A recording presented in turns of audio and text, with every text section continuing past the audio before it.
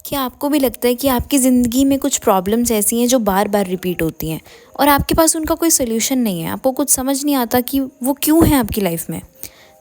इसका आंसर आपकी पूर्वजों की कहानियों में हो सकता है, यानी उनकी लाइफ स्टोरीज़ में। मैं डॉक्टर गुंजन आज आपके लिए लेके आई हूँ एंसेस्ट्रल हीलिंग का टॉपिक। एंसेस्टर्स कौन होते हैं? एंसेस्टर हमारे पूर्वज हैं। पूर्वज यानी कि हमारी ब्लड लाइन, मतलब कि मेरे परदादा परदादी, उनके ऊपर के जितनी भी जनरेशन्स थी वो सारे लोग, वो मेरे एंसेस्टर्स हुए। ओके, एंड एंसेस्टर से, पूर्वजों से हमें हमारा डीएनए मिला है। ओके, एंड हमारे डीएनए में हमें हमारी फिजिकल अपीयरेंस, लाइक कई लोग होते हैं ना, हम बोलते हैं कि ये बिल्कुल अपनी नानी पे गया है या अपनी दादी पे गया है, इस तरह की चीज़ें हम लोग बोलते हैं बिकॉज़ हमें हमारा डीएनए हमारे पूर्वजों से मिलता है। तो उसमें हमें उनके साथ की ब्लेसिंग्स मिलती हैं और उनके कर्सेस या ट्रॉमा भी मिलते हैं, यानी पॉजिटिव और नेगेटिव दोनों चीज़ें हमें वहाँ से मिलती हैं। कि जैसे किसी के घर में बाल बड़े सुंदर थे सबके, ठीक है, सो हाई चांसेस हैं कि आपको भी वो चीज़ें एज अ ब्लेसिंग मिलेंगी। ऑलराइट, और मान लो ट्रॉमा कैसे मिलता है कि किसी की फैमिली में ऊपर की जनरेशन्स में किसी ने गरीबी देखी, राइट, तो वो गरीबी पीढ़ी दर पीढ़ी आगे बढ़ती जा रही है और हो सकता है कि आप भी बहुत मेहनत करते हो पर आपको उतना रिजल्ट नहीं मिल रहा है। So this could be related to that generational trauma of poverty. गरीबी का जो वो है ना, एक बनी हुई है, पैटर्न बना हुआ है, वो वहाँ से आ रही होंगी चीज़ें। या फिर कुछ घरों में ऐसा होता है कि सबके ही मोस्टली डाइवोर्सेस हैं या लव लाइफ जो है डिस्टर्ब्ड है, तो वो जनरेशनल कर्स है, वो पीढ़ी दर पीढ़ी वो पैटर्न चला आ रहा है, ठीक है। और वैसे ही ब्लेसिंग्स का भी होता है। मान लो किसी घर की सारी वुमेन अच्छे घर में शादी करके गई हैं, so it's a good thing कि आपके लिए वो एक ब्लेसिंग है कि अगर आप वुमेन है तो आपको भी वो है कि आपकी शादी भी अच्छे घर में हो जाएगी, ठीक है, तो it is a positive thing for you. लेकिन यहाँ पे सस्पेंस क्या है?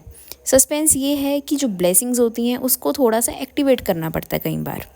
कुछ ब्लेसिंग्स तो हमें ऐसे ही मिलती हैं, पर कुछ होती हैं जिनको थोड़ा सा एक्टिवेशन के थ्रू, अपनी कुछ लाइफस्टाइल में चेंजेस करके या कुछ रेमेडीज़ के थ्रू हमें उनको एक्टिवेट रखना पड़ता है ब्लेसिंग्स को। ट्रॉमा ऑटोमेटिकली मिलता है और नेगेटिव लाइफस्टाइल से बढ़ता है। ओके, सो यहीं पे काम आता है एंसेस्ट्रल हीलिंग का, जिसको हम डीएनए हीलिंग कह दें, जेनेटिक हीलिंग बोल सकते हैं। इसमें हम क्या करते हैं, अपनी जो पूर्वजों की जो ब्लेसिंग्स हैं हमारी एंसेस्ट्री लाइन में, हमारी ब्लड लाइन में, ठीक है, जो ब्लेसिंग्स हैं, पॉजिटिव चीज़ें हैं, उनको अनलॉक करके अपनी ज़िंदगी में लेके आते हैं, राइट।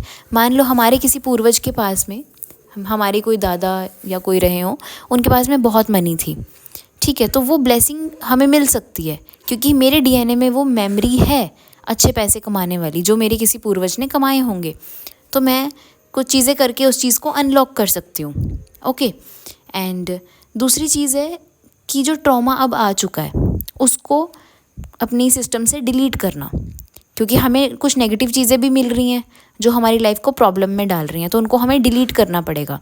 तो हम एंसेस्टर हीलिंग के थ्रू उन चीज़ों को डिलीट करके दोबारा से नए पैटर्न्स को बनाते हैं। बिकॉज़ देखो, हमारे एंसेस्टर्स तो चले गए इस दुनिया से, पर उन्होंने जो जो फील किया, उनकी जो मेमोरीज़ थी वो हमारे डीएनए में स्टोर्ड हैं, राइट। उनको जो जो फीलिंग्स थी कि जैसे लव में सबको धोखा मिला या सबकी लव लाइफ बिल्कुल बेकार हो गई, राइट, तो आपके डीएनए में भी वही चीज़ें हैं, वही थॉट्स हैं, आपकी वही सोच है जो आपको वहाँ से मिली है। और अगर आप उसको चाहो तो एंसेस्टर हीलिंग के थ्रू उस चीज़ों को डिलीट कर सकते हो, खुद भी सुकून की ज़िंदगी जी सकते हो और उनको भी मुक्ति दे सकते हो, अपने पूर्वजों को, कि जो पेन उन्होंने झेला उनको एक्नॉलेज करके उस चीज़ को अब सही करके वो चीज़ें सही कर सकते हो। तो यही काम आती है हमारी एंसेस्ट्रल हीलिंग।